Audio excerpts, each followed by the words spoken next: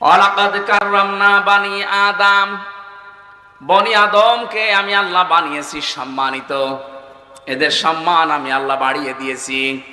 এখানে আল্লাহ কিন্তু মুসলমানের নাম দেয়নি, মুমিনের নাম দেয়নি যে তাদের সম্মান আমি বাড়িয়ে দিয়েছি, না। পৃথিবীতে যারা বনি আদম সন্তান তাদেরই মর্যাদা আল্লাহ বাড়িয়ে দিয়েছেন, বলেন সুবহানাল্লাহ। এখানে যে জাতির লোক, নামটা আমি বারবার বলছি এই কারণে, কারণ যেখানে এসেছি দেখেন দেবিদ্বার নাম শুনলেই বোঝা যাচ্ছে এখানে অন্য ধর্মের লোক আছে, যদি এখন মনে হয় কমে গেছে। আমার ভাইরা, এখানে যারা এসেছেন সবাইকে নিয়ে আল্লাহর দরবারে শুকরিয়া জানাচ্ছি, যিনি আমাদেরকে মানুষ বানিয়ে সম্মান বৃদ্ধি করে দিয়েছেন।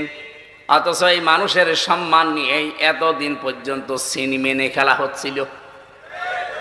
সবচাইতে বেশি বাংলাদেশে মানুষের সম্মান মর্যাদা নিয়ে সিনেমেনে খেলা হয়েছে বেশি। কি কথা বলেন? আল্লাহ নিজে সম্মান দিলেন আর আপনি সম্মান নষ্ট করেন। এজন্য কোন জালেম যদি ক্ষমতায় বসে তাহলে তার প্রথম দফা দুইটা কাজ করে, সে প্রথমে সেই দুইটা কাজ করবে। ক্বালাতি ইন্নাল মুলুকা ইযা দাখালু ক্বরিয়াতান আফসাদুহা ওয়া জাআলু আ'ইজ্জাতা আহলিহা আযিল্লা ওয়া কাযালিকা ইয়াফআলুন। সূরা নামলের 34 নম্বর আয়াতে আল্লাহ বলেন, এই কথাটা বিলকিস রানীর। কার?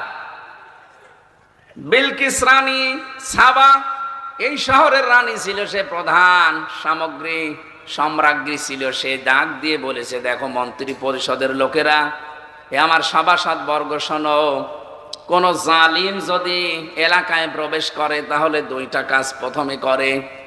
এক নম্বরে ইদা দাখালু ক্বরিয়াতান আফসাদুহা, সেখানে সে বিশৃঙ্খলা তৈরি করে।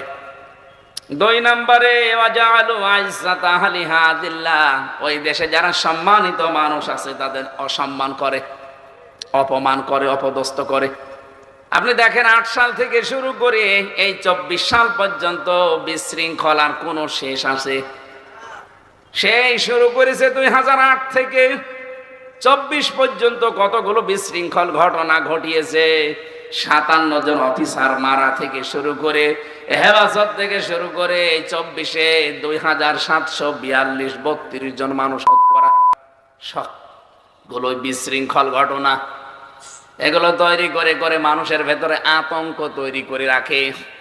2 নম্বরে সম্মানিত মানুষদের দ্বারা অসম্মান করে। বাংলাদেশে সর্বজন বিদিত সম্মানিত মানুষ আলেমরা। কথা বলে না কেন? শহীদ আল্লামা দেলাওয়ার হোসাইন সাইদি রহমতুল্লাহ আলাই তার ভেতরে একজন। এটা মানেন তো? আপনি না, শয়তানও মানে, শয়তান পর্যন্ত মানে, বিশ্বাস করে না। লোকটা ভালো ছিল। আমি দেখেছি কারারক্ষীদের ভেতরে যেগুলো অমুসলিম, এনারা ওনার দায়িত্ব পালন করত। আমার সময় এসে তাদেরকে আমি পেয়েছিলাম, মাঝে মাঝে রাতের বেলা ডেকে তুলে আমারে গল্প শোনাতো কারারক্ষী। হুজুর, মানুষের ভেতরে এত ধৈর্য ভগবান দেয়। ভগবান মানে মানে ও তার আল্লাহ বলবে না। দেবদুলাল নাম, দেবদুলাল নাম শুনে বোঝা যাচ্ছে না কোন ধর্মের। এসে বলতো মাঝে মাঝে আমারে ডেকে, একটা মিল হয়ে গিয়েছিল আমার সাথে। এরপরে সুব্রত বালা, অসিত কুমার। আমাদের ভাগ্যে শুধু হিন্দু পড়তো, আর মুসলমান আমাদের দিত না। আমার আর মামুনুল হককে দিত যা পাহারায় সব হিন্দু। কি আপনার মুসলমান নেই? এতগুলো কারারক্ষী। বলছে না, আমাদের ভাগ্যে পড়েন আপনারা। তোমাদের বেছে বেছে দেয়।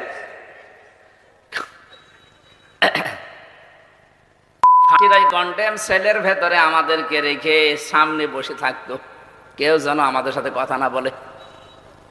এসে বলতো যে হুজুর, ভগবান মানুষকে এত ধৈর্য দেয়। আমরা সাইদি সাহেবের পাহারাও দিয়েছিলাম আপনার মতো, দেখেছি যে লোকটার ভেতরে ধৈর্য কি। 13টা বছর দুনিয়ার জীবনে শুধু একটা ঘরেই কাটিয়ে দিয়ে গেল, কোনদিন বিরক্ত হয়নি। আমি একটু বিরক্ত হয়ে যেতাম, ছোট মানুষ তো, কারণ আমিও যোগাযোগ বিচ্ছিন্ন ছিলাম। তারপরও মাওলানা মামুনুল হক ভাই আমার সাথে ছিল, আমি অনেক সাপোর্ট পেয়েছি লোকটার। শুকরিয়া লোকটার প্রতি আমি ঋণী তার কাছে। আল্লাহ তাকে হায়াতে তাজ্জেবা সিহাতে কুল্লিয়া দান করুন। আপনাদের পাশের জেলা এটা কুমিল্লা না? কুমিল্লার একটা সন্তান ছিল মুফতি আমিনী সাহেবের জামাই মাওলানা সাখাওয়াত হোসেন রাজি হাফিজাহুল্লাহ, ভালো ভালো আলেম একজন, মার্জিত মানুষ। উনিও আমার পাশের ছেলে ছিল, অনেকদিন ছিল লোকটা।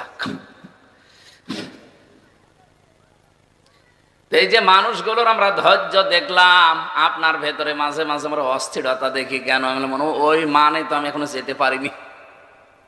কোথায় আল্লামা দেলাওয়ার হোসাইন সাইদি আর কোথায় হামজা, তার পশমের সমান হতে পেরেছি আমি। আপনি আমার ভেতরে ওনার খোঁজেন। যাই হোক, যে সম্মানিত মানুষদেরকে যারা অসম্মান করে, অপমান করে, এটা জালেমের 2 নাম্বার কাজ। বাংলাদেশে যে 2টা কথা বললাম কোরআন দিয়ে, 2টাই অলরেডি ঘটিয়েছে। কথা বলেন না কেন? তার মানে এরা জালেম। কোরআনের কাছে জিজ্ঞাসা করলেই পাওয়া গেল, আর দরকার নেই।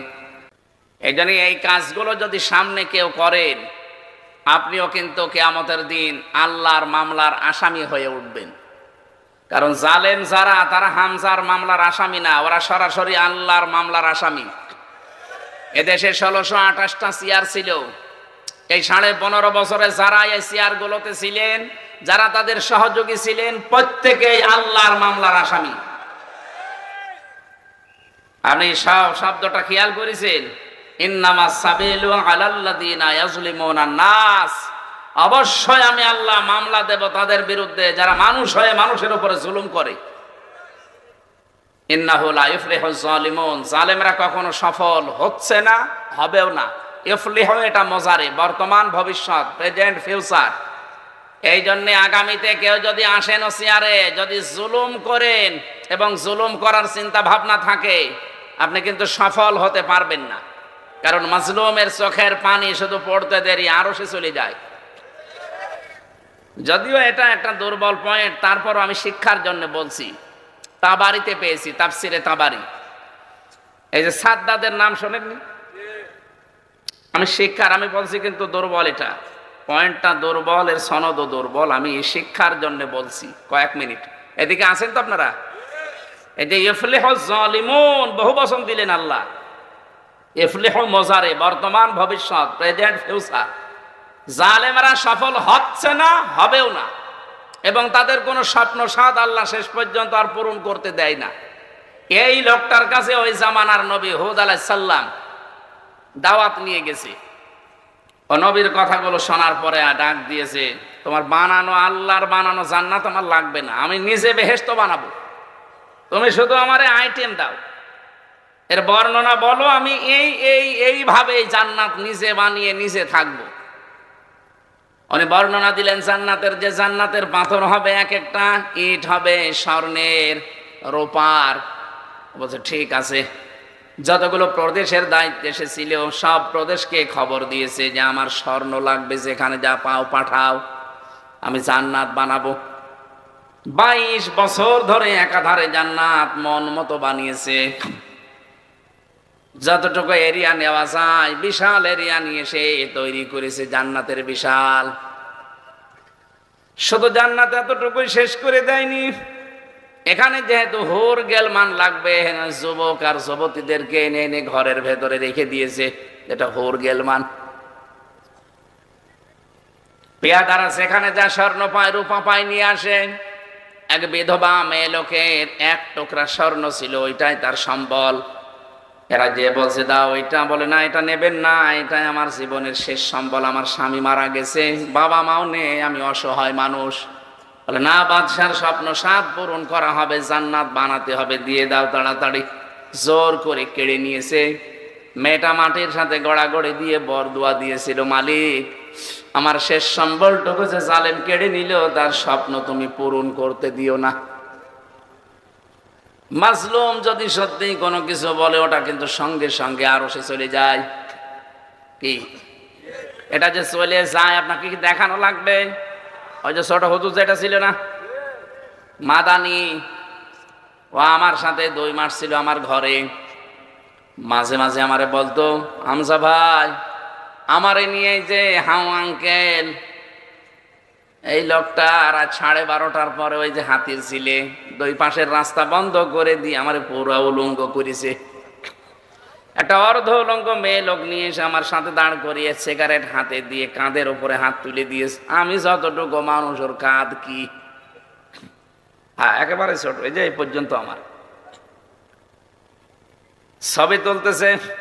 আমি এক এসআইকে জিজ্ঞাসা করলাম, ভাই আপনারা যা করছেন এটা হারুন স্যার জানে না মানে উনি করাচ্ছে। বলে এত অসহায় লাগছিল নিজেকে, শেষ পর্যন্ত বরদোয়া করলাম, আল্লাহ যে অসহায় অবস্থায় আছে, আমি একটা মাজলুম, তুমি তো দেখতে পাচ্ছ, মেহেরবানি করে এটা তুমি তার জীবনও দেখিও। আল্লাহ ঠিক দেখিয়েছে, জীবদ্দশাই কয় ইঞ্চি, এই যে বরদোয়া যে কাজে লাগে।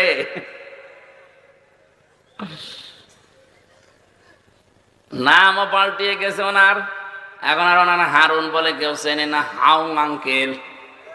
কি আঙ্কেল? How, how uncle.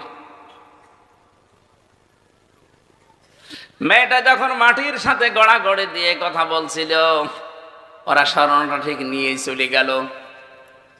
প্রায় 20 বছর সময় ধরে পুরা জান্নাতটা মন মতো করে বেহেশত বানিয়েছে। আজকে উদ্বোধন হবে, কেউ যেন এখানে আশপাশে উদ্বোধনের আগে আসতে না পারে সেরকম সিকিউরিটি দেওয়া, কড়া নিরাপত্তা চলছে। বাদশা প্রবেশ করবে মেন গেটে, এসে দেখে একজন ফকির বসে আছে। কে তুমি? এখানে একটা পিপিলিকা আসার পর্যন্ত সেরকম জায়গা আমরা রাখি নাই, তুমি আসলে কোত্থেকে ফকির মানুষ? বাদশা নামতে যাবে, ডাক দিয়ে বলছে, একটু মাথা কাত করেন। কেন? একটা কথা বলবো। বলে পরে কথা হবে, এখন আমি আমার জান্নাত আগে একটু পরিভ্রমণ করে আসি, উদ্বোধন করে নেই।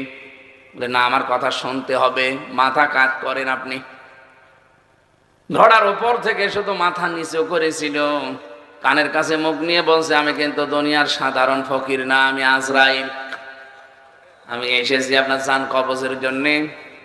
ওই দিন নাকি বলেছিল আমার একটু সময় দিন, আমি শুধু শখের এই জিনিসটা দেখে একবার চলে আসবো। বলে না, আল্লাহ 1 সেকেন্ড সময় আর তোমার জন্য বরাদ্দ করে নাই, এক্ষুনি তোমার বিদায় নেওয়া লাগবে। ও তারপরও জোর করে জান্নাতের চৌকাঠ স্পর্শ করতে চেয়েছিল, পারে নাই, ঘোড়ার পিঠ থেকেই পড়ে গেছে, চৌকাঠ পর্যন্ত যেতে পারেনি। মুফাসসির যারা, যদিও বললাম দুর্বল শিক্ষা এখানে আছে এই কারণে, যারা তাফসির করেন তারা লিখেছেন কয়েকটা পয়েন্টের ভেতরে যে এই লোকটা তার নিজের এত বড় স্বপ্নের জিনিসকে উদ্বোধন পর্যন্ত করতে পারে নাই, স্পর্শ পর্যন্ত চৌকাঠ করতে পারে নাই। ওই বরদোয়া ছিল ওই অসহায় মেয়ে লোকটার। এজন্য যারা সামনে কোনো কিছু পূরণ করার জন্য জুলুম করে যাচ্ছেন, আপনি কিন্তু জানেন যে আপনি কি করছেন। জুলুম করবে যারা, মাজলুমের চোখের পানি কিন্তু আমার আল্লাহর দরবারে পৌঁছিয়ে যাবে। আপনি আপনার স্বপ্নের জায়গা পর্যন্ত যাওয়ার আগেই দুনিয়া থেকে বিদায় নেবেন। কথা বোঝেন আমার? জালেমরা সফল হচ্ছে না, হবেও না, এটা সম্ভব না। তাহলে কোরআনের আয়াত কি হবে? এই জন্য আমরা চাই আপনারা মাজলুম, আমরাও মাজলুম। আগামীতে এই দেশটা গড়ার জন্য সবার ভূমিকা দরকার, কেউ যেন জালেমের ভূমিকায় অবতীর্ণ না হয়। কথা বলেন ঠিক কিনা? তাহলে যে আশা নিয়ে দেশটা স্বাধীন হয়েছিল, ওই আশা কিন্তু মাঠে মারা যাবে। আমরা চাচ্ছি এ দেশটা স্বস্তি, শান্তি, নিরাপত্তায় ভরে যাক। একটা যুবতী মেয়ে লোক টেকনাফ থেকে তো দিলে পর্যন্ত যাবে, কেউ তার দিকে তাকাবে না, এরকম একটা দেশ আমরা চাই। কথা বলুন। দরুদ আর সালাম পাঠ করার পরেই আমরা শুরু করছি যে আয়াত থেকে পড়েছি সূরা নমল। নমল মানে মৌমাছি, হয়েছে? নমল মানে পিপিলিকা, নাহাল মানে মৌমাছি। নাহাল আর নমল একরকম শুনতে লাগে তো। 63টা আয়াত আছে, এর ভেতরে 7টা রুকু আছে, মক্কায় নাজিল হয়েছে মাত্র একটা আয়াত আমরা পড়েছি, 15 নম্বর আয়াত। এখান থেকে আমরা বাস্তবতার সাথে মিলিয়ে তাফসীর আকারে কিছু কথা শুনতে চাই ইনশাআল্লাহ। জবান খুলে কোরআনের এই আয়াতটা একটু পড়েন। আউযু বিল্লাহি মিনাশ শাইতানির রাজিম, বিসমিল্লাহির রহমানির রহিম। ওয়ালাকাদ আতাইনা দাউদা ওয়া সুলাইমানা ইলমা। আল্লাহ পাক বলেন, অবশ্যই আমি দাউদ এবং সুলাইমানকে জ্ঞান দিয়েছিলাম। আল্লাহ এতটুকু বলে শেষ করে দিতে পারতেন। শব্দটা শুরুই করলেন তিনি শক্ত একটা বিষয় দিয়ে। আল্লাহ দিয়েছেন ওয়ালাকাদ, লাম একটা, কদ একটা, ওয়া একটা, এতগুলো কথা বলে তারপরে আরম্ভ করছেন যে আমি কিন্তু দিয়েছি, দাউদ আর সুলাইমানকে জ্ঞান দিয়েছি। এই পৃথিবীতে আপনি দেখবেন যারা তাদের জ্ঞান অনুযায়ী কাজ করবে তাদের মর্যাদা দিন যত যাবে আল্লাহ বাড়াতেই থাকবে। আর যারা জ্ঞান অনুযায়ী আমল করে না, ওরা জ্ঞানী হতে পারে কিন্তু দিন যত যাবে তাদের সম্মান মর্যাদা দুনিয়ায় আল্লাহ কমাতেই থাকবে। আমার কথা বুঝেছেন? হযরত দাউদ আলাইহিস সালাম আর সুলাইমানকে আল্লাহ দিয়েছিলেন জ্ঞান। কি দিয়েছেন? এ দুইজন জ্ঞান পাওয়ার পরে যে প্রথম কথাটা বললেন, ওয়াকালা আলহামদুলিল্লাহিল্লাযী ফাদ্দালানা আলা কাসীরিম মিন ইবাদিহিল মুমিনিন। ওয়াকালা দিবসন, তারা দুইজনেই প্রথমে জ্ঞান পাওয়ার পরেই বলেছে শুকরিয়া, প্রশংসা আল্লাহর। এরা জ্ঞান পাওয়ার পরে শুকরিয়া আদায় করে, প্রশংসা করে কার? আর এই দেশে বহু জ্ঞানী মানুষ আমরা দেখতে পাই, এরা জ্ঞানী মানুষ হওয়ার পরে শুকরিয়া প্রশংসা আদায় আল্লাহর না শয়তানের করে। কারণ আল্লাহর আইনের পক্ষে তাদের কোনো অবস্থান নেই। মানুষের তৈরি করা আইনের পক্ষে যারা কাজ করে এরা প্রশংসা করে মূলত শয়তানের। এক কথা বলছেন না? জ্ঞানী মানুষ যারা এরা তো প্রশংসা করবে আমার আল্লাহর। আলহামদুলিল্লাহিল্লাযী আনজালা আলা আবদিহিল কিতাবা ওয়া লাম ইয়াজআল লাহু ইওয়াজা। প্রশংসা তো আল্লাহর এই কারণে, কারণ তিনি তার বান্দার প্রতি এমন কিতাব দিয়েছেন যে কিতাবে কোনো বাঁকা কথা নেই। সুবহানাল্লাহ বলতে পারেন না? সুতরাং জ্ঞান যদি কেউ পায়, আসমানের জ্ঞান যদি কেউ পায়, তার প্রথম নাম্বারে কাজ হবে নবীদের মতো। নবীরা কি করলেন? প্রশংসা করলেন আল্লাহর। কিভাবে? আল্লাহ পাক বলেন ফাদ্দালানা আলা কাসীরিম মিন ইবাদিহিল মুমিনিন। তারা দুইজনেই বলেছে, মাবুদ আমাদেরকে তুমি তামাম পৃথিবীর মুমিনদের উপর একটা আলাদা সম্মান তুমি দিয়েছো, এই জন্য তোমার প্রশংসা শুকরিয়া আমরা আদায় করছি এই জ্ঞানের কারণে। এখানে শব্দটা আমি দেখেছি তাফসীরের ভেতরে মিন ইবাদিহিল মুমিনিন, তোমার মুমিন বান্দাদের ভেতরেও তুমি আলাদা ভাবে আমাদেরকে সম্মান দিলে, এমনকি তুমি আমাদেরকে মুমিন বানালে। এ বাংলাদেশে 18 কোটি মানুষ, এর ভেতরে যারা সত্যিকারের ঈমানদার, যে মানুষগুলো এই বান্দা বান্দীদের ভেতরে ঈমান আনতে পেরেছে, নারী পুরুষ, তারা যেন অন্তত এখনই শুকরিয়া আদায় করে নেয়, আল্লাহ তুমি আমাকে ওদের মতো বানাতে পারতে, আলাদা ভাবে একটু আমাকে নিয়ামত দিয়েছো, অন্তত ঈমানের যে বিশাল দৌলতটা আমারে দিয়ে আমাকে দুনিয়ার আখিরাতে সম্মান বৃদ্ধি করে দিয়েছো। পৃথিবীতে হয়তো অনেকে ঈমানের কদর না বোঝার কারণে আমার উল্টাপাল্টা কথা বলে, তো ঈমানের মর্যাদা দাম কি এটা তো আমি এখন টের পাচ্ছি। এখন আমার প্রশ্ন হচ্ছে, তিনি কেন আল্লাহর বান্দাদের কথা না বলে মিন ইবাদিহিল মুমিনিন বললেন? যে মুমিন বান্দাদের থেকে তুমি আমাদেরকে আলাদা ভাবে একটা ফজল দিলে, অনুগ্রহ দিলে। এই যে ফাদ্দালানা, তুমি আমাদেরকে ফজল দিয়েছো, আমাদের মর্যাদা সম্মান বাড়িয়ে দিয়েছো। এই মর্যাদা কি? তাফসীরে মুফাসসির বলেন, 1 নাম্বার মর্যাদা এই দুইজন নবীকে আমার আল্লাহ দিয়েছিলেন কিন্তু রাষ্ট্র ক্ষমতা। কথা বলেন? রাষ্ট্র ক্ষমতা এটা একটা আলাদা মর্যাদার প্রতীক। আজ যারা অনেক মানুষ এই ধারণায়, যে কয়েকদিন আগের কথা বললাম, যারা বলছে এরা ধর্ম ব্যবসায়ী, এরা ধার্মিক না, এরা ওয়াজের ময়দানে, তাফসীরের ময়দানে কত রাজনীতির কথা বলে। আরে ভাই, আপনি কি বোঝেন? আজকে সকালবেলা একজন বক্তব্য অলরেডি দিয়েছে যে কোরআনে কারিমে কোনো রাজনৈতিক কথা নেই, ইতি অমোক। আরে ভাই, আপনি জানেন কোরআনে কি আছে না আছে? আপনি জানেন? আপনি কি কোরআনে পড়েছেন কোনোদিন? কোরআন কিভাবে লিখতে হয় আপনি জানেন? কোরআনের অর্থ কি জানেন? আপনি আন্দাজে এক ফতোয়া দিয়ে দিলেন। আলা তাকফু মা লাইসা লাকা বিহি ইলমুন, যে বিষয়ে তোর জ্ঞান নেই মুখ খুলবি না। কে বলছেন? বলেন বলেন। যে বিষয়ে তোমার জানা নেই এই বিষয়ে কথা বলবা না। আর বাংলাদেশের রোগ হচ্ছে যেটা জানে না ওটা বেশি করে বলে। আপনি কি জন্য বলতে যাচ্ছেন যে কোরআনে রাজনৈতিক কোনো কথা নেই, আলেমরা বানিয়ে বলছে? কেন বলেন? আপনি আপনি জানেন কোরআন কি? আপনি আমার কাছে বসেন, আমি কোরআনের উপরে অনার্স মাস্টার্স করেছি। এর ভেতরে 903 জায়গায় ডাইরেক্ট রাজনীতির কথা আছে, 903 জায়গায়। আর আপনি বলে এক জায়গায়ও খুঁজে পান না, এইটাও তো রাজনৈতিক কথা। আলা ফাদ্দালানা, তুমি যে আমাদেরকে রহম দিলে, ফজল দিলে, অনুগ্রহ দিলে, এই ফজলের ব্যাখ্যা করা আছে। যত তাফসীর দেখবেন, দেখেন সব মুফাসসির ফজলের ব্যাখ্যায় লিখেছেন রাষ্ট্র ক্ষমতা। কারণ এটা একটা নিয়ামত, এটা না থাকলে আল্লাহর অনেক বিধান পালন করা সম্ভব হয় না।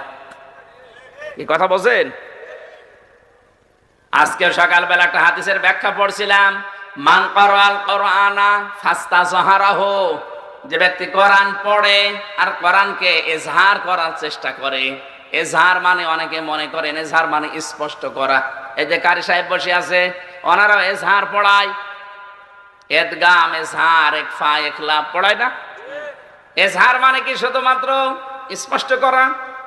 আপনি আধুনিক ব্যাখ্যাগুলো নিয়ে আসেন। ইজহার মানে কায়েম করা, ইজহার মানে বিজয় করা। তাহলে কোরআন শুধু পড়লেই হবে না, কোরআনকে বিজয় করার জন্য চেষ্টা চালাতে হবে। আর এটা তো করবে ফেরেশতারা। বলেন, আপনি কিসের কোরআন পড়েন? কেউ যদি কোরআন পড়তেই চায়, মান ক্বারাআল কুরআনা, কোরআন যদি কেউ পড়তে চায়, তার 4টা শর্ত তাকে মানা লাগবে। 1 নম্বরে শুদ্ধ করে পড়বে, 2 নম্বরে বুঝবে, 3 নম্বরে নিজে মানবে যতটুকু বুঝেছে, 4 নম্বরে মানুষকে যেন মানতে পারে সেই ব্যবস্থা করে দেবে। আরে ভাই, আমরা তো ওইটাই চাই।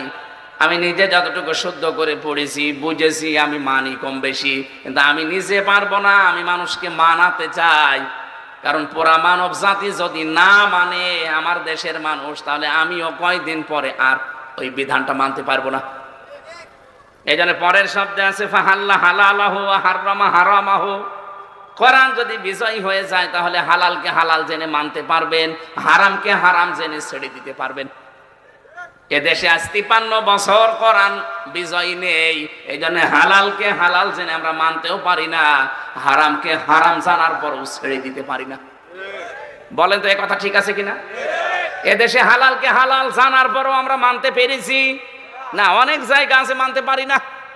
এমনকি হারামকে হারাম জানার পরেও আমরা অনেকে ছেড়ে দিতে পারি না, কারণ কোরআন বিজয় নিয়ে। এই কারণে কোরআন যদি বিজয় থাকে, আপনি বাধ্য হবেন হালালকে হালাল জেনে মেনে নিতে, আর হারামকে হারাম জেনে আপনাকে মানতে বাধ্য করা হবে। মানবেন না মানে? অনেক মানুষকে এই জন্যই তো ভয় দেখানো হচ্ছে, ইসলাম যদি চলে আসে তাহলে কিন্তু হাত কেটে দেবে। আরে ভাই, আপনি কি চোর নাকি যে আপনার হাত কাটা হবে? যারা চোর তাদের নাই ভয় লাগতে পারে, তার মানে আপনি চুরি করবেন এই ভয় আছেন। মেয়েদেরকে তারা বিভিন্ন কায়দায় বোঝাচ্ছে যে এরা ধর্মের নামে রাজনীতি করে, ধর্ম ব্যবসা করে, এদের কথা মানবেন না। ইসলাম আসলে কিন্তু আপনারা ঘরবন্দি হয়ে যাবেন। আমির জামাত পোড়াটা উল্টিয়ে দিয়েছে, উনি ঘোষণায় দিয়ে দিয়েছে ইসলাম যদি দেশে আসে সবচাইতে বেশি নিরাপদে থাকবে মেয়েরা।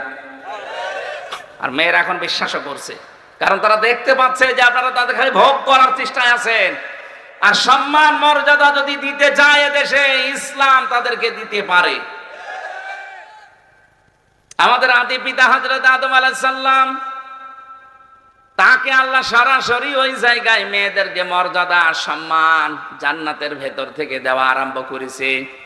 অকুলনা ইয়া আদামুসকুন আনতা ওয়া যাওজুকাল জান্নাতা ওয়া কুলা মিনহা রাগাদান হাইসু শি'তুমা ওয়া লা তাকরাবা হাযিহিশ শাজারাতা ফাতাকুনা মিনাজ জালিমিন। বলেন আল্লাহু আকবার।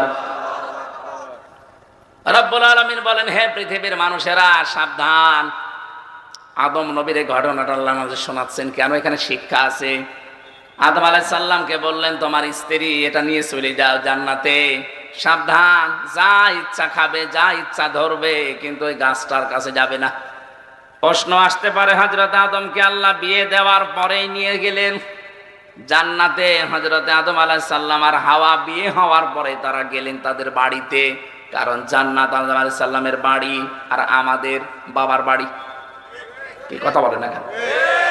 এখান থেকে একটা মাসলা বের হয়, বিয়ে করার পরে আপনাকে কিন্তু বউ নিয়ে বাবার বাড়ি যাওয়া লাগবে। অথচ আমরা অনেকে এই ঘর জামাই থেকে যাই, নাকি এলাকায় ঘর জামাই সিস্টেম নেই। বউ বিয়ে করে নিয়ে যাও নিজের বাড়িতে, কি করবা ওখানে? আল্লাহ প্রথম শব্দটাই ওদের অধিকার কিভাবে দিয়েছেন এই শব্দের দিকে খেয়াল করেন ভাই। ওয়াকুলা, আংতা ওয়াকুলা দেয়নি, একবারে কোলা দিয়ে বচন দিয়েছেন। রব্বুল আলামিন বলেন, হে নবী আদম, স্ত্রীকে নিয়ে বাড়িতে যাও, কিন্তু সাবধান, নিজে যেভাবে খাবে, নিজে যেভাবে পরবে, ওই মানের খাবার, ওই মানের পোশাক স্ত্রীকে দেওয়া লাগবে। এই জন্য মাঝখানে আল্লাহ আংতাটা আর দেয়নি। এর চাইতে অধিকার আপনাদের আবার কে দেবে? বউ নিয়ে শুধু ঘরের ভেতরে বন্দি করে রাখবেন, ওরা আজ রামবামরা যেটা আমাদের শোনাচ্ছে যে তোমাদের ঘর বন্দি করে রাখবে। ইসলাম বলে না, রাগাদান হাইসু শি'তুমা, যেখানে ইচ্ছা নিয়ে যাবে, যা ইচ্ছা খাওয়াবে। এই জন্য মেয়েদেরকে, স্ত্রীকে ঘুরতে নিয়ে যাওয়া এটা কিন্তু নবীর সুন্নাহ। ঘুরতে নিয়ে যাবেন, জিনিসপত্র দেবেন, সাবধান, ওয়ালা তাকরাবা হাযিহিশ শাজারা, এই গাছের কাছে যাবেন না। এ গাছ কোন গাছ? মনে করে গন্ধম গাছ, শুধু গন্ধম না। তাহলে কোরআনে আয়াত নাযিল করে ১৫০০ বছর পরে আমাদের শোনানো লাগতো না। এখানে গাছ বলতে আল্লাহর নিষিদ্ধ বর্ডার। এ বাংলাদেশ সহ বিশ্বে এখনো মুসলমানদের জন্য আল্লাহর নিষিদ্ধ বর্ডার আছে এই পৃথিবীর জমিনে ৫০০। কত? কোরআনে আল্লাহ ৫০০ বর্ডার দিয়েছেন। আমাদের জীবন চলতে চলতে যদি ওই বর্ডারের কাছে যায়, হঠাৎ থেমে যাওয়া লাগবে। কথা বলে না কেন? যদি বর্ডার পার হয়ে চলে যান, বিএসএফ আপনাকে গুলি করে দেবে। রব্বুল আলামিন বলেন, বর্ডার যদি ক্রস করো, দুইজনেই কিন্তু জালিম হয়ে যাবে। এই জন্য বউ নিয়ে এমন কোন অনুষ্ঠানে যাওয়া যাবে না যেখানে গেলে আপনার নিজেরও পর্দা থাকে না, আপনার বউরও পর্দা থাকে না। এরকম অনুষ্ঠান দেশে নেই? এই যে গায়ে হলুদের অনুষ্ঠান করেন, এটা তো হিন্দুদের কালচার, কোথায় পেলেন আপনি? এরপরে বরযাত্রী নিয়ে যায় অনেকে, এটা কোথায় পেয়েছেন? এটাও তো হিন্দুদের। মুসলমানদের হবে অলিমা। কি হবে? আমাদের অলিমা আছে? নেই। এখন খালি বরযাত্রী নিয়ে যায় ১৫০, ২০০, ৫০০। আমার মনে হয় বরযাত্রী যাওয়ার মতো ইতরামি আর এই ছোট লোকই কাজ দুনিয়ায় আর নেই। ওই লোকটা 18, 20 বছর, 22 বছর একটা মেয়েকে মানুষ করে আপনার দেশে, এইটাই তো সেজদায় পড়ে থাকার কথা। এরপর আবার 200 মানুষ তার বাড়িতে খাওয়া লাগবে। আপনি কি এত ছোট লোক কেন? কারা কারা বরযাত্রী খেয়েছেন হাত তোলেন তো। ছোট লোক না, আর যাবেন না ভাই, সামনে এটা আর যাওয়া যাবে না। যাবেন? বিয়ে করলে সামর্থ্য থাকলে অলিমা করবেন। অলিমা করেছেন কারা হাত তোলেন তো। আপনার আবার কিসের অলিমা? আপনাকে বিয়ে সামনে করবেন না করেছেন?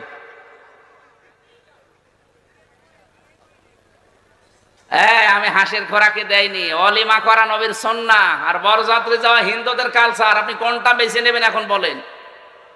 এখানে এমন কোন জায়গায় বউ নিয়ে হলুদ অনুষ্ঠানে, বরযাত্রীতে এমন কোন জায়গায় যাবেন না যেখানে গেলে নিজের পর্দাও নষ্ট হয়ে যায়, বড় পর্দা থাকে না।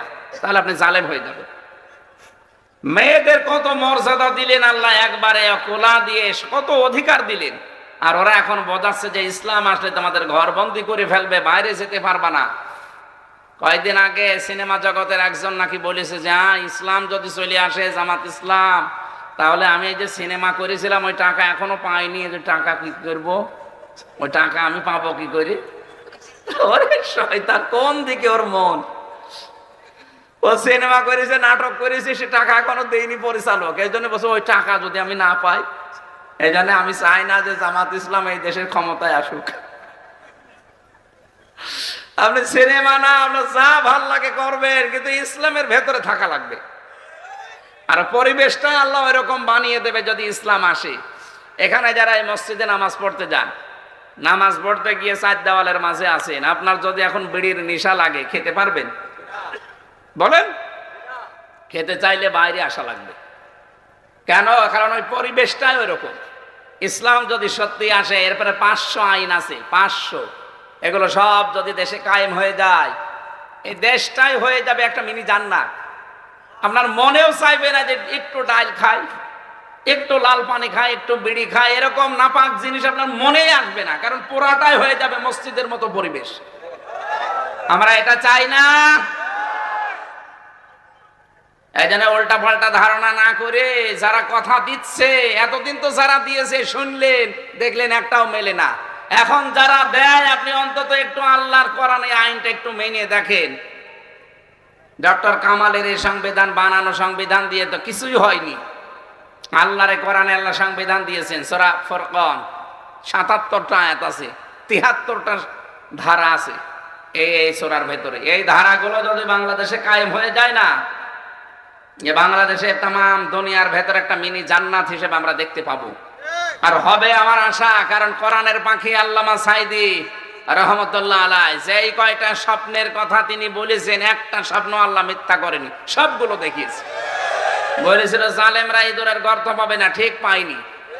এক কথা বলেন না কেন? নাড়া দেওয়া হবে, দিল্লি পড়বে, তাই পুলিশ বলেছিল জালেমদের নাকের ডগার উপরে দেশে কালেমার পতাকা পতপত করে উঠবে, সেই অবস্থা তৈরি হচ্ছে সামনে। লন্ডনে একবার বলেছিল তামাম দুনিয়ায় সর্বপ্রথম কোরআনের 100% রাজ কায়েম হবে বাংলাদেশে, ইনশাআল্লাহ হবে। কারণ আল্লাহ তার নায়েবে রাসূলদের স্বপ্ন মিথ্যা করবে না। রাসূলের স্বপ্ন যেমন মিথ্যা হয়নি, রাসূলের নায়েবের স্বপ্ন মিথ্যা হবে না ইনশাআল্লাহ। এটা আমরা দেখবো, তারপর আল্লাহ তুমি মরণ দিও, বলেন আমিন। মুমিনিন দিয়েছেন, এজন্য রাষ্ট্র ক্ষমতা এটা যেহেতু আল্লাহর নিয়ামত, এটা যদি আমরা আসতে চাই, আপনি বাধা না দিয়ে আর ওয়েলকাম জানান। আপনি যদি মোকাবেলা করতে চান, তাহলে আমার চরিত্রের সাথে মোকাবেলা করেন। আপনার চরিত্র তো রাত 12টার পরে ঠিক মতো মাটিতে মা পড়ে না। মাটিতে পা দিলে আপনি বলেন কোথায় পা দিলাম, খেজুর গাছে ধাক্কা দিয়ে বলেন যে মিয়া ভাই সাইড দিয়ে আর কতক্ষণ দাঁড়াবো। এরকম চরিত্রের মানুষ নেই। আপনি আমাদের চরিত্রের সাথে মোকাবেলা করেন তো। আপনি নিজের বউ থাকতে হোটেলে রাত কাটান, আপনার যৌবন আপনি বিক্রি করে দেন, আমার সাথে আপনি মিলান, আমার চরিত্রের সাথে আপনি মিলিয়ে তারপরে মোকাবেলা করেন। শুধু উল্টা পাল্টা দোষ আমার নামে চালিয়ে দেন কোন কারণে? আমি কথা বলছি যা একেবারে নির্ভেজাল টাটকা কথা বলছি। ফাদ্দল আমার ব্যাখ্যা যেটা পড়েছি সেটা বলছি, কেউ যেন উল্টা পাল্টা ধারণা করবেন না। আলেমরা এখন মেম্বার হবে, আলেমরা চেয়ারম্যান হবে, আলেমরা মেয়র হবে, আলেমরা উপজেলা চেয়ারম্যান হবে, আলেমরা এমপি হবে, আলেমরা মন্ত্রী হবে, আলেমরা প্রধানমন্ত্রী হবে। বলেন, এটা আল্লাহর একটা অনুগ্রহ। আল্লাহ পাক যেহেতু আমাদেরকে দিচ্ছেন এবং দেবেন, এই জন্য আমরা শুকরিয়া আদায় করছি। যারা জ্ঞানী মানুষ তারা আল্লাহ পাক এরপরে জানিয়েছেন, ওয়ারিসা সুলাইমান দাউদ ওয়া ক্বালা ইয়া আইয়ুহান নাস। সুলাইমান হচ্ছে দাউদ নবীর উত্তরাধিকারী। তিনি ডাক দিয়েছিলেন মানব মণ্ডলীকে, হে মানব জাতি, উল্লিমনা মানতিকাত তায়রি, আল্লাহ আমাকে পাখির ভাষা শিখিয়েছেন। এই যে পাখির ভাষা শিখিয়েছেন, এটা যেন অহংকার চলে না আসে, এই জন্যে হযরতে সুলাইমান পরবর্তী শব্দে তিনি বলেছেন, ইন্না হাযা লাহুয়াল ফাদলুল মুবিন। অবশ্যই এটা আমার আল্লাহর পক্ষ থেকে একটা দয়া। সুবহানাল্লাহ বলতে পারেন? নিজেকে অহংকার মুক্ত রাখার জন্য তারা কথা কত সুন্দর ভাবে গুছিয়েছেন, আর আমাদের কিছুই নেই, আমাদের অহংকারের ঠেলায় বাঁচে না। বলেন তো, পাখির ভাষা আমি বুঝি, এটা অহংকার আসতে পারে, আর কেউ বোঝে না, আমি বুঝি। এই যেন অহংকার যেন না আসে, তিনি প্রশংসার সঙ্গে সঙ্গে আদায় করছেন। তিনি নত হয়ে গেলেন, এতটুকু তিনি শেষ করেননি, তিনি বলেন ওয়াউতিনা মিন কুল্লি শাই, আমাকে দেওয়া হয়েছে এই পৃথিবীর যত কল্যাণ সব। সুবহানাল্লাহ বলো। এই যে যত কল্যাণ সব, এর ভেতরে আমি তাফসিরে ফি জিলালিল কোরআন আর সাইয়্যিদ আবুল আলা মাউদুদী রাহমাতুল্লাহ আলাইহির তাফসিরে এই দুইটা তাফসির মিলিয়েছি জেলখানায় বসে। আমি দেখলাম ওনারা উতিনা মিন কুল্লি শাই এর ভেতরে 27টা বিষয় দিয়েছেন, 27টা পয়েন্ট আকারে দিয়েছেন একটা একটা করে। সুলাইমান নবীকে পাখির ভাষা বোঝা এবং দুনিয়ার সব কল্যাণ, এই সব কল্যাণের ভেতরেও তিনি প্রথম নাম্বারে দিয়েছেন রাষ্ট্রীয় ক্ষমতার কথা।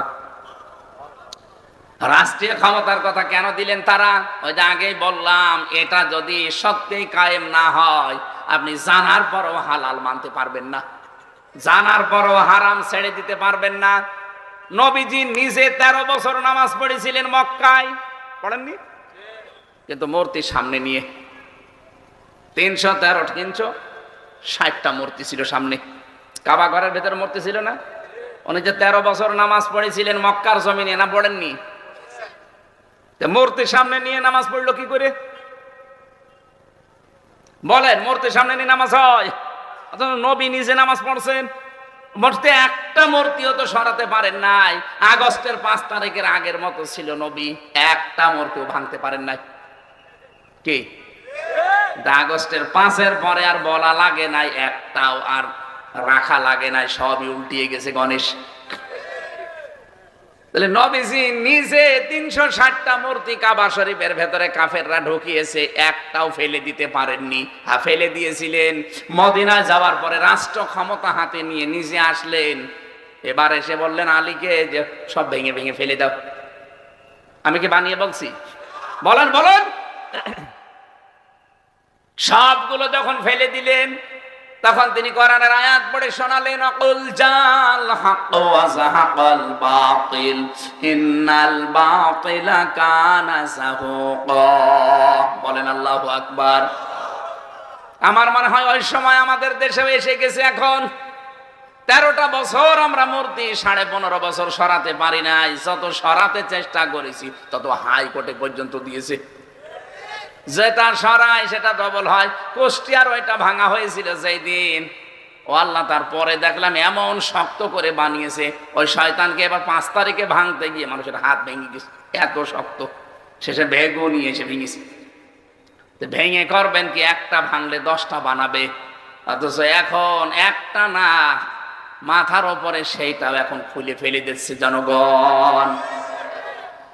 হযরতে সুলাইমান নবী আলাইহিস সালামকে আল্লাহ যতগুলো নিয়ামত দিয়েছিলেন, আমার নবী যেহেতু 13 বছর তিনি নামাজ পড়েছিলেন মূর্তির সামনে নিয়ে, পরবর্তীতে রাষ্ট্র ক্ষমতা পাওয়ার পরে সবগুলো ভেঙে ফেললেন। তার মানে প্রশ্ন আসতে পারে, এই দেশে আমাদের অনেক বিষয় আছে যেটা আমরা বাধ্য মানতে পারছি না, ক্ষমতা নেই তাই। কথা বলেন না কেন? এই যে সুদ ভিত্তিক অর্থনীতি, ব্যাংকিং ব্যবস্থা, আপনি ওয়াজ করেই বন্ধ করতে পারবেন ব্যাংক থেকে সুদ। এই যে সোনালী, রূপালী, চৈতালি যত ব্যাংক আছে, জীবনেও আপনি ওয়াজ করে পারবেন না। এটা বন্ধ করার জন্য আইন লাগবে। কথা বলে না কেন? আর আইন পাশ করা হয় সংসদে। কোথায়? এই জন্যে তো আমরা চাচ্ছি 300 জন এমপির ভেতরে 151 জন মানুষ যদি এই শহীদ ভাইয়ের মতো কোরআনে কারিম বুকে নিয়ে যেতে পারে, আর ওখানে যে যদি সুদের বিরুদ্ধে, ঘুষের বিরুদ্ধে, জেনার বিরুদ্ধে এই আইনগুলো যদি পাশ হয়ে যায়, ওনাকে আপনি একটা ভোট দেবেন, একটা ভোটে আপনি 18 কোটি মানুষের সওয়াব পেয়ে যাবেন। কারণ সারা দেশে তখন এই আইনটা জারি হয়ে যাবে। অথচ উনি হাত তুলেছিল মাত্র একা। এরকম 300 জন মানুষ ওখানে বসবে, সেখানে মাত্র একজন। আমি জানি জালেমরা এটা বোঝার পরে, মুনাফিকরা বোঝার পরে আমার নামও কালকে গালি দেবে। না, কেউ শুরু করিস। আরে ভাই, আমি আপনাকে বাঁচাতে চাই। আপনি তো ওই জায়গায় পৌঁছিয়ে মদের আইন পাশ করবেন, জেনার আইন পাশ করবেন, কিন্তু এই মানুষগুলো জীবনেও মদের আইন, জেনার আইন, বাবার আইন পাশ করবে না। এরা পাশ করলে নামাজের আইন পাশ করবে। যাই স্পিকার বলবে যে নামাজ চান কারা কারা, 300 জনের ভেতরে 151 জন যদি এরকম মানুষ বলে হ্যাঁ আমরা চাই, জয়যুক্ত হয়ে যাবে। পরের দিন আর নামাজের ওয়াজ করা লাগবে না, এমনি নামাজ কায়েম হয়ে যাবে। জাকাতের কথা যদি বলে হ্যাঁ জয়যুক্ত হয়ে যায়, তাহলে জাকাত ভিত্তিক অর্থনীতি দেশ থেকে কায়েম হলে সুদের যত মায়ের সাথে জেনা করার গুনাহ আছে সব ছাঁটিয়ে বিদায় করা হবে। এদেশে আজ অনেকেই আমরা কিন্তু নামাজও পড়ি, মায়ের সাথে জেনাও করি। কি এই যে আপনি টাকা ছেড়ে রাখেন, 1000 টাকা দিলে মাসে মাসে 200 টাকা বেশি দেয় না? এলাকায় এগুলো নেই?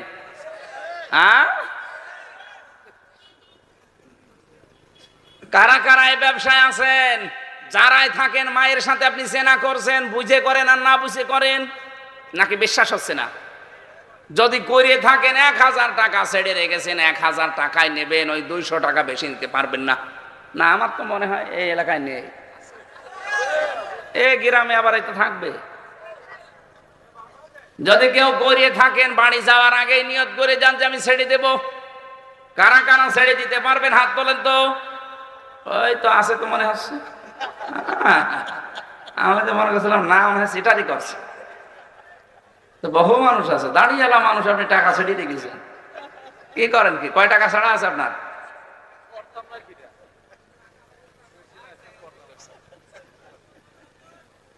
ছেড়ে দেবেন ভাই, না খেয়ে মরে যান দরকার হয়।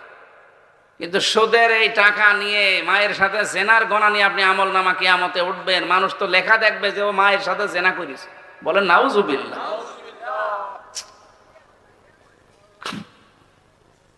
এই জন্য এই যে ফাদ্দালানা, ফাদ্দালানা শব্দের ব্যাখ্যার উতিনা মিনকুল্লি শাইই শব্দের ব্যাখ্যা একই। হযরত সুলাইমান নবী বলেন আমাকে যত নিয়ামত আল্লাহ দিয়েছেন তার ভেতরে 1 নম্বরে আমাকে রাষ্ট্র ক্ষমতা আল্লাহ দিয়েছেন। শুধুমাত্র এই দুনিয়ায় বাংলাদেশের মতো জায়গা না, তামাম দুনিয়া আল্লাহ আমাকে চালানোর ব্যবস্থা করেছেন। ওয়া হুশিরা লিসুলাইমানা জুনুদুহু মিনাল জিন্নি ওয়াল ইনসি ওয়াত তায়রি ফাহুম ইউসাউন। আমি যখন হাজির করতাম, সুলাইমান নবী যখন কোন জায়গায় বের হবেন, বিশাল মানুষের, জিনের আর পাখিদের কাতার কাতার বদ্ধ করে তিনি বের হতেন। হাত্তা ইযা তাওয়া আলা ওয়াদিন নামলে, একটা পিপিলিকার উপত্যকার পাশ দিয়ে, পিপিলিকার ঘাটির পাশ দিয়ে যাচ্ছিলেন। হঠাৎ হযরতে সুলাইমান লক্ষ্য করলেন ক্বালাত নামলাতুন, বলছে একজন পিপিলিকার সর্দার, ক্বালাত নামলাতু ইয়া আইয়ুহান নামলু দুখুলু মাসাকিনাকুম। তিনি দাঁড়িয়ে ঘোষণা দিচ্ছে, হে আমার জাতি, সুলাইমান নবী আসতেছে। লা ইয়াহতিমান্নাকুম সুলাইমান ওয়া জুনুদুহু ওয়া হুম লা ইয়াশউরুন। সৈন্যবাহিনী নিয়ে আসতেছে, হয়তো তাদের অজ্ঞাত সারে পায়ের নিচে পিষ্ট হয়ে মরে যেতে পারো, তাড়াতাড়ি করে নিজের গর্তে প্রবেশ করো। প্রশ্ন আসতে পারে, একটা পিপিলিকা, এই যে পিপিলিকার নামে আল্লাহ সূরা দিয়েছেন এই কারণেই, সে তার জাতিকে সতর্ক করেছে যে বিপদ আসতেছে সামনে, তাড়াতাড়ি লুকিয়ে পড়ো। আল্লাহ এত কথা, এই কথাটা এত ভালোবেসে, এত ভালো লেগেছিল আল্লাহর কাছে, রব্বুল আলামিন তার নামে পুরো একটা সূরা 63টা আয়াত বিশিষ্ট নাজিল করে দিলেন। সুতরাং কেউ যদি নেতা হতে চায়, সামনে নেতৃত্ব দিতে চায়, তার জীবনের প্রথম টার্গেট হওয়া লাগবে আমি জাতিকে বাঁচাতে চাই। কিন্তু আমরা এমন নেতা পাচ্ছি তারা জাতিকে বাঁচানো দূরের কথা, আরো জাতিকে ধ্বংস করার লাইনে আছে। আপনি দেখেন 15.5 বছরে যারা নেতৃত্ব দিয়েছে, শিক্ষা ব্যবস্থা ধ্বংস করে ফেলেছে, অর্থনীতি ধ্বংস করে ফেলেছে। এই কথা বলছে না? আপনি দেখেন কোন বিভাগে যাবেন, বিচার ব্যবস্থা ধ্বংস করে ফেলেছে, আইন আদালত ধ্বংস করে ফেলেছে, প্রশাসন ধ্বংস করে ফেলেছে। অথচ জাতির যারা নেতৃত্ব দেবে তাদের প্রধান কাজ হবে জাতিকে বাঁচানো। যাতে যেন অন্তত ডাল খর না হয়, বাবা খর না হয়, লাল পানি খর না হয়। বাঁচাতে হবে জাতিকে, জীবনটাই দিয়ে দিতে হবে দরকার হয়। লাল পিপিলিকা বড় যেটা, ওইটা দাঁড়িয়ে মাজা নিজের ঠ্যাঙ্গের ওপরে, পায়ের ওপরে ভর দিয়ে দাঁড়িয়ে ঘোষণা দিচ্ছে, ইয়া আইয়ুহান্নাম লুদখুলু মাসাকিনাকুম, তাড়াতাড়ি ঘরে ঢোকো। আজ বাংলার জাতি, এই বাংলাদেশে যারা নেতৃত্ব দিচ্ছে, এই নেতাগুলো যদি আমাদের জাতিকে এইভাবে জান প্রাণ দিয়ে আগলিয়ে রাখতো না, বাবার কাছে যেতে দেব না। অথচ নেতাদের দেখলাম সব বাবা খোর আর বাবার ব্যবসা করে। কক্সবাজারের বদি সাহেব বাবা সম্রাট। দরবেশের মতো মানুষ কত রকমের উল্টা পাল্টা ব্যবসা করেছে, ৩৬,০০০ কোটি টাকা মারিং কাটিং করেছে। আপনাদের পাশে আল্লাহর ওলি এখন সব স্বীকার করছে, জাতিকে ধ্বংস করে দিয়েছেন। সবচাইতে বেশি ধ্বংস হয়েছে শিক্ষা ব্যবস্থাটা। কি করেছেন আপনি বলেন তো? একটা জাতিকে মুশরিক বানাতে যা যা করা লাগে আপনি সব করে ফেলেছিলেন। আল্লাহ আমাদেরকে হাতে ধরে বাঁচিয়েছে। এখন যারা সামনে আসতেছেন, আমরা চাই এই জাতিকে যদি বাঁচাতে চান, শিক্ষা ব্যবস্থায় আল্লাহর কোরআনটা দেন, তাতে জাতিকে বাঁচানো যাবে না। ধর্ম উপদেষ্টা যিনি ডক্টর আফামা খালিদ সাহেব হাফিজাহুল্লাহ, উনি চেষ্টা চালাচ্ছে 1 থেকে মাস্টার্স পর্যন্ত, অন্তত মুসলমান যেহেতু এদেশে 96%, 1 থেকে মাস্টার্স পর্যন্ত 100 মার্কের কোরআন আমরা কম্পালসারি চাই। কথা বলেন না কেন? আরে ভাই, এটা না দিতে পারলে আপনার সামনের যে সন্তান, আপনি প্রজন্মকে ঠিক রাখতে পারবেন না। আকাশ সংস্কৃতির নামে ভারতের পিন আপ করা পত্রিকাগুলো দিয়ে যেভাবে গ্রাস করা আরম্ভ করেছে, আপনি টিকে থাকতে পারবেন না। 3টা বছর আপনাদের ছেলে মেয়েদেরকে যেখানেই পড়ান না কেন, আগে কোরআনের শিক্ষা দেবেন। নোরানি মাদ্রাসায় হোক, ক্যাডেট মাদ্রাসায় হোক, মক্তবে হোক, 3 বছর আগে তাকে এইটার আলোর সাথে সম্পৃক্ত করাবেন। তাহলে 2টা গ্যারান্টি আপনি পেয়ে যান, কোনদিন আপনার এই সন্তান নেশাখোর হবে না। কত মানুষকে পেয়েছিলাম রিমান্ডে, BCS cadre, SP, ASP, ADC, এগুলো সবই তো বিসিএস ক্যাডার। কিন্তু তাদের যে মুখের ভাষা আর তাদের যে ব্যবহার, শয়তানও অত নিচে নামে না। আমার মতো মানুষকে যেভাবে গালি দিয়েছে, আমার গালিগুলো জীবন আমার মুখে আসবে না। অথচ সবগুলো বাংলাদেশের সর্বোচ্চ বিদ্যাপীঠ, ঢাকা বিশ্ববিদ্যালয় থেকে অনার্স মাস্টার্স করা, সব পিএ করা, বিসিএস করা। নয়তো এসপি হতে পারতো না, এসপি হতে পারতো না। কিন্তু তাদের মুখের ভাষাটা ওই পর্যায়ে, কারণ তাদের কাছে এই আলোটা নেই। এই 10 দিন রিমান্ডে কমপক্ষে 30-এর উপরে আমি অফিসার পেয়েছিলাম। শুধু একজন মানুষকে আমি একটু হালকা ভালো ব্যবহার পেয়েছি, বাকি 29টায় সব শয়তানের চাইতে খারাপ। ওই একটা লোককে আমি জানি না, ওনার চেহারা আমার মনে আছে। উনি এসে শুধু আলেমদের একটু সম্মান দেখিয়েছে, যে ভাই ধৈর্য ধরেন। আমার ঘরের ভেতরে মাটির নিচে নিয়ে বলতো যে ভাই ধৈর্য ধরেন, এতটুকু। আর বাকি যারা এসেছে, মা মাতালি তুলে আমার বউ পর্যন্ত তুলে নিয়ে আসবে, এই ঘোষণা দিয়েছিল। আর বারকে যে অত্যাচার গুলো তো আছে, আমার নিজের সামনে আমি দেখেছি, কারো নখ তুলে নিয়েছে, এই হাতের নখ, পায়ের নখ সবগুলো তুলে নিয়েছে। আমার রিমান্ডে যখন পিটাচ্ছিল, ওই সময় বলেছে যে আমরা কিন্তু দেলাওয়ারকে এইভাবে লাফতিয়েছি। তার আছে নাই, তার গরম করে দেলাওয়ার ভাইয়ের লজ্জাস্থানের ভেতরে ঢুকিয়েছে। পুরুষাঙ্গ নষ্ট হয়ে গেছে, পরবর্তীতে চিকিৎসার মাধ্যমে আল্লাহ আবার ফেরত দিয়েছে। এগুলো জ্ঞানী মানুষ না? সব বিসিএস ক্যাডার। বললাম না, প্রায় 10 দিন রিমান্ডে 30 জনের উপরে আমি পেয়েছি। একজন মানুষ একটু হালকা ভালো ব্যবহার, আর বাকিগুলো শয়তান, ওই এত খারাপ কথা বলে না। আমার মতো একটা সাধারণ মানুষকে 11 ঘন্টা টাঙিয়ে রেখেছে, তাও মাজায় দড়ি দিয়ে, পায়ের সাথে ডান্ডা বেড়ি দেওয়া, হাত পেছনে দিয়ে হ্যান্ডকাপ লাগানো, পুরা চোখটা কালো কাপড় দিয়ে বাঁধা। কি করেছিলাম বলেন তো? কোরআনের কথাগুলো যেখানে যেইভাবে বলা দরকার একটু বলতাম, এই তাহলে আপনি এটা করবেন। আল্লাহ পাকে একেবারে একটাকেও ছাড়ে নাই, প্রত্যেকটা এখন পালিয়ে পালিয়ে বেড়ায়। আগস্টের 5 তারিখের আগে বগুড়া একটা মাহফিল ছিল আমার, যে ওসি আমাকে রাস্তায় তাড়িয়েছিল, মানে ধানের খেতে প্রায় 2 কিলোমিটার তাড়িয়েছে শুধু ধরার জন্য, কিচ্ছু না, এমনি ধরে নিয়ে টাকা খাবে, ধরতে পারেনি। আমার পা আমার ছিলে গিয়েছিল, পরবর্তীতে গাড়ি আর ড্রাইভারকে নিয়ে আটক করে রেখেছে। বলছে টাকা দেন 1 লাখের উপরে, নাই তো ছাড়বো না। তখন আব্দুল বারি ভাই ছিল বগুড়ার এক ভাই, তাকে বললাম আপনি কি করবেন করেন, যেভাবেই হোক ম্যানেজ করে দিন, অন্তত গাড়ি তো আর আমার না, আকিস গ্রুপের গাড়ি, গাড়িটা ছাড়ানো লাগবে না। 1,13,000 টাকা নিয়ে গাড়িটা ছিড়িস। এই 5 তারিখের পরে তো পাল্টিয়ে গেছে। তার বিভাগীয় মামলা হওয়ার পরে ওর ওএসডি করে এখন পাঠিয়েছে নাকি শুনলাম সেই কক্সবাজারে, বগুড়া থেকে একবারে কক্সবাজার। সেদিন রংপুরে মাহফিল করে মাসখানিক আগে আমি ওই সিরাজগঞ্জ গোল চত্বরে বসে এক জায়গায় চা খাচ্ছি, ও কোথা থেকে সংবাদ পেয়েছে জানি না, ওর এক বন্ধুকে আর এক ওসি তারে নিয়ে এসেছে, এসে বলছে হুজুর আসসালামু আলাইকুম, আমারে মাফ করে দেন। কে আপনি? বলছে আমি সেই ওসি আজাদ।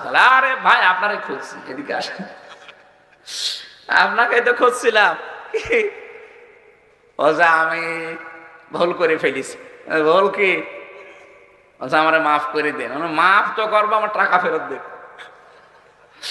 মাফ তো করে দেবো, আগে টাকা ফেরত দেবেন, এরপরে মাফ করবো না, এমনি এভাবে মাফ হবে না। টাকা নেই না, টাকা না হলে হবে না। বিনা কারণে আমার যে কষ্ট দিলেন, তাড়িয়েছেন, আমার পা কেটে গেছে, সব মাফ করে দিলাম, আমি কিছুই করি না। আপনি নিজেও জানতেন যে ওরা আমার দাওয়াত দিয়েছে, এসেছি, আমি কথা বলছিলাম, আর আপনি কোন জায়গা থেকে কি করি, শেষে আমি দৌড় দিলাম। আপনাকে তো আমি ওই দিন দেখতে পারিনি অন্ধকারে, কিন্তু আজকে যে সরাসরি আপনি একেবারে চলে এসেছেন আল্লাহর ওলি, টাকা দেওয়া লাগবে, 7 দিন সময় দেন, আমি দিয়ে দেব। দিয়েছে, 1 লাখ ফেরত দিয়েছে। পুলিশ যে টাকা ফেরত দেয়, আমার মনে হয় বাংলাদেশের ইতিহাসে এই প্রথম।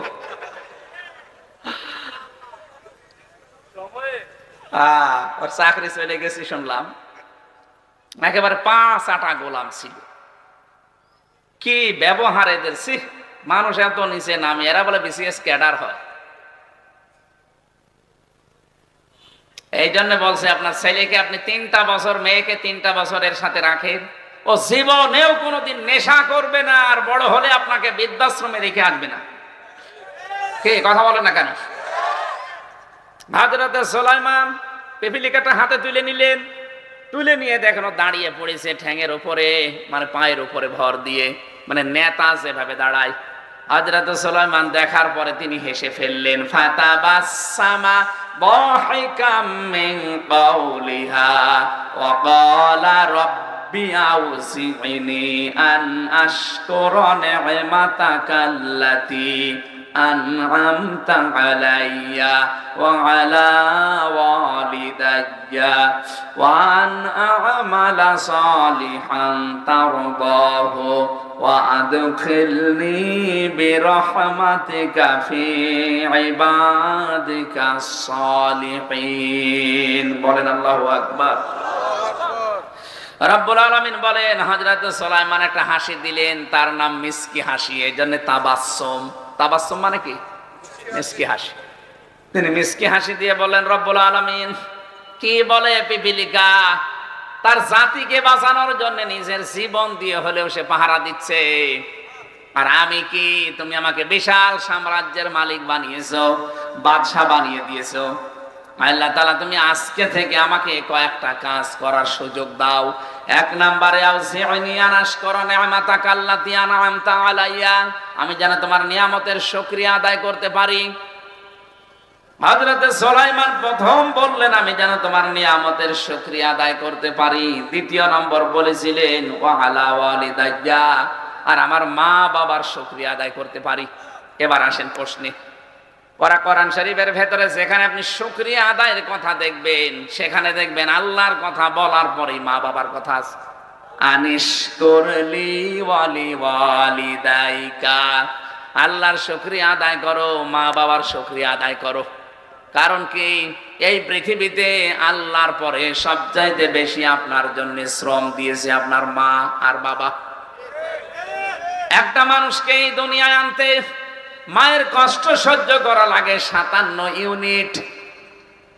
এদেশে যত পুরুষ মানুষ আমরা আছি সর্বোচ্চ কষ্ট সহ্য করতে পারবো 45 ইউনিট, এর বেশি পারবো না।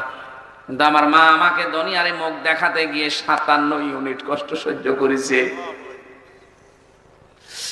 কিন্তু আফসোস, কত সন্তান আমরা এখানে আছি শুধু স্ত্রীর কারণে, শ্বশুর শাশুড়ির কারণে হাজারো পরিবারে মা বাবার সাথে খারাপ ব্যবহার করা হয়, এমনকি তাদেরকে আলাদা করে দেওয়া হয়, খোঁজ খবর নেওয়া হয় না, বৃদ্ধাশ্রম রেখে আসে। নাকি দেশে নেই? আমি সহ যারা সন্তান আছে দুনিয়া একদিকে হয়ে যায়, যাক, দরকার হয় শ্বশুর শাশুড়ি, মা শ্বশুর শাশুড়ি, নিজের স্ত্রী সন্তান আদি দুনিয়ার সম্পদ ক্ষমতা সব ছেড়ে দেওয়া কোনো ব্যাপার না। কিন্তু সাবধান, যে লোকটা 57 ইউনিট কষ্ট সহ্য করে দুনিয়ার মুখ তোমাকে দেখিয়েছে, এটাকে যেন ভুলে যেও না, তাহলে আল্লাহর আরশ পর্যন্ত কাঁপতে থাকবে। নবীজি বলেছেন, কোন সন্তান যখন মায়ের সাথে বাবার সাথে খারাপ ব্যবহার করে তখন আরশ কাঁপে, খুঁটিগুলো কাঁপতে কাঁপতে কাঁপতে। আল্লাহ রাব্বুল আলামিন জিজ্ঞাসা করে, কি হয়েছে? রব্বুল আলামিন, তোমার এক বান্দা বাংলাদেশ নামক একটা দেশে কুমিল্লা জেলার দেবিদ্বার থানায় হামলাপুরে তার সন্তানটা দেখলাম মা আর বাবার সাথে খারাপ আচরণ করেছে, মা মন খারাপ করিয়াছে। যতক্ষণ পর্যন্ত সন্তান তার মা আর বাবার কাছে ক্ষমা না চাইবে ততক্ষণে আরশ কাঁপা বন্ধ হবে না। কোথায় ধাক্কা লাগে দেখেছেন?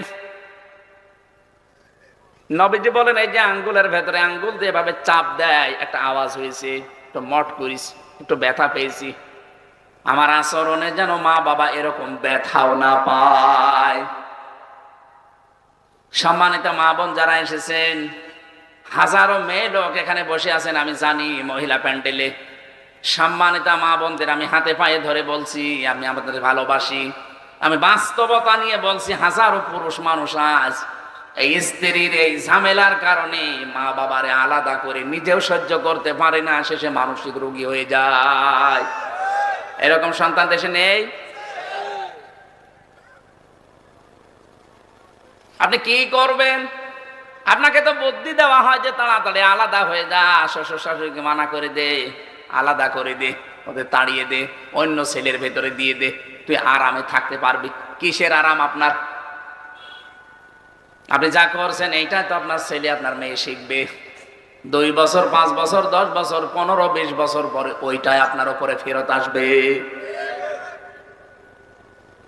হযরতে সুলাইমান নবী পিপিলিকার কাছ থেকে শিক্ষা নিয়ে হাসি দিয়ে এইটা বলেছিলেন, মাবুদ, আমি তোমার শুকরিয়া আদায় করার পাশাপাশি যেন আমার মা বাবার সাথেও শুকরিয়া আদায় করতে পারি, সেই তৌফিক তুমি আমাকে দান করো। মেয়েরা, আমি আবার বলছি, সম্মানিত মা বোনেরা, বিশেষ করে পুত্রবধূ যারা আছেন, শুধু নামাজ পড়ে, শুধু রোজা রেখে, শুধু কালো বোরকা পরে জীবনও জান্নাত যেতে পারবেন না, যতক্ষণ পর্যন্ত স্বামীর মনকে আপনি সন্তুষ্ট করতে না পারবেন। আর স্বামী সন্তুষ্ট অতক্ষণ হবে না যতক্ষণ আপনি স্বামীর মা বাবাকে নিজের মা বাবার মতো না ভাববেন। অনেক মহিলা আছে, কিছু হলেই মা বাবার নাম তুলে স্বামীকে খোঁটা দেয়। এই কথা বলেছেন, তোমার মা বাবা আমার দেখা আছে, কি বলেন আপনি? হ্যাঁ, এখানে মা বাবা যারা আছেন তাদেরও কিন্তু স্যাক্রিফাইস করা দরকার, যে একটা নতুন মানুষ এসেছে আপনার পরিবারে, তার সব কিছু ছেড়ে দিয়ে মেয়েটা এসেছে, নিজের মেয়ের মতো আচরণ করা লাগবে। নিজের মেয়ের একটু ভুল হলেও তো মাফ করে দেন। আর তার যদি 5 চুন থেকে পান খসে, তখন আপনি বাড়িতে হরুজ তরুজ করেন। কিসের নামাজ পড়েন আপনি? এটা তো আপনার নামাজ। মানুষের মুআমালাত মুআশারাত যদি ঠিক না হয়, কিসের নামাজ পড়বে সে? একটা কুকুরকে পানি পান করিয়ে একজন বেশ্যা মহিলাকে আল্লাহ জান্নাত দিয়েছে, আর কুকুরকে, বিড়ালকে কষ্ট দেওয়ার কারণে একজন নেককার মহিলা, নামি ছিল নামাজি মহিলা, তাকে জাহান্নামে দিয়েছে। একটা কুকুরের সাথে আচরণ যদি জান্নাত জাহান্নামের ফয়সালা হয়, আপনি পুত্রবধূর সাথে যে আচরণ করেন, এটার দ্বারা জান্নাত জাহান্নামের ফয়সালা হবে না? এই বিষয়ে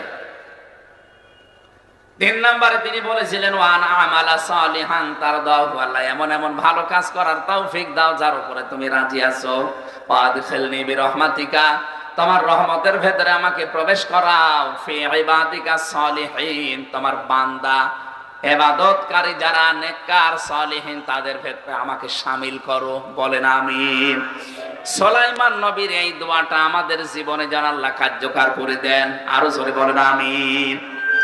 বারাকাল্লাহু লানা ওয়া লাকুম ফিল কোরআনিল আযীম। আল্লাহুম্মা আমিন। রব্বিরহামহুমা কামা রাব্বায়ানি সাগীরা। আল্লাহুম্মা গফিরলি ওয়ারহামনি ওয়াহদিনি ওয়াআফিনি ওয়ারযুকনি ইয়া রাব্বাল আলামিন। সারাটা জীবন অপরাধ করে জীবনটা নষ্ট করে ফেলেছি, হাত উঠায় কথা বলবো ভয় করে, লজ্জা করে। রব্বুল আলামিন শয়তানের ধোঁকায় নফসের জালে পড়ে দুনিয়ার এই ফেরেবে পড়ে বহু অন্যায় আমরা করেছি, আমরা তো নিজেরা জানি। মাথা নিচু করেন, চক্ষু বন্ধ করেন, জীবনের অপরাধগুলো স্মরণ করেন। আল্লাহ তাআলা সারা জীবনের অপরাধ যদি আমাদের শরীরে লেখা থাকতো, মানুষ আমাদেরকে কুকুরের মতো ঘৃণা করত। যেভাবে গোপন রেখে দিয়েছো কেউ জানে না, কিয়ামতের কঠিন ময়দানে তোমার সাত্তার নামের কারণে আমাদের গুনাহগুলো গোপন করে দিও আল্লাহ। আল্লাহ তাআলা, কত মানুষ এই জমিনে শাহাদাতের মরণ পায়, কত মানুষ এই জমিনে দিন কায়েমের জন্য জীবনটা দিয়ে চলে যায়। কিয়ামতে দেখানোর মতো আমাদের কিচ্ছু নেই যে কি নিয়ে তোমার সামনে দাঁড়াবো। একটাই বুঝি আছে, তোমার নাম গাফফার। আল্লাহ নামের ওসিলায় আমাদের সবাইকে তুমি নিজ গুণে মাফ করে দিও। সুলাইমান নবী আলাইহিস সালামের জীবন থেকে যে কথাগুলো শুনেছি, আমাদের জীবনে এগুলো তুমি সেট করে দাও। এ বিশাল আয়োজনে তোমার যে যুবক বান্দাগুলো শ্রম দিয়েছে, আল্লাহ যুবকদেরকে আর কোনো অন্যায় কাজে ঠেলে দিও না, এদেরকে তুমি হযরতে ওমরের মতো বানিয়ে দাও। সম্মানিত মা বোনদেরকে খাদিজার মতো, আয়েশার মতো বানাও। দুনিয়ার জীবন যে ধোঁকা, এটা আমাদেরকে বোঝার তৌফিক দাও। কারো পেছনে থেকে যেন আমাদের আখিরাতটা আমরা ধ্বংস করে না ফেলি। এ মাহফিলের জন্য যারা শ্রম দিলেও, কষ্ট স্বীকার করলে, টাকা পয়সা দিলেও, আল্লাহ এদের টাকাগুলো ওসমানের সাথে মঞ্জুর করো। যত মানুষ এলাকায় কবরে আছে, কবরটা তুমি জান্নাত বানিয়ে দাও। মাহফিলের প্রধান অতিথি, সভাপতি, বিশেষ অতিথি, কত আলেম এখানে এসেছে, আলেমদেরকে তুমি আলেম হিসাবে মঞ্জুর করে নাও। আগামীর বাংলাদেশ আল্লাহ তুমি যাই হোক কোরআনের হাতে তুলে দাও। দেশীয় এবং আন্তর্জাতিক ষড়যন্ত্র আছে, আল্লাহুম্মা ইন্না নাজআলুকা ফি নুহুরিহিম ওয়া নাউযু বিকা মিন শুরুরিহিম। সব কিছুর মোকাবেলায় আমরা তোমাকে রাখলাম, তুমি যথেষ্ট হয়ে যাও।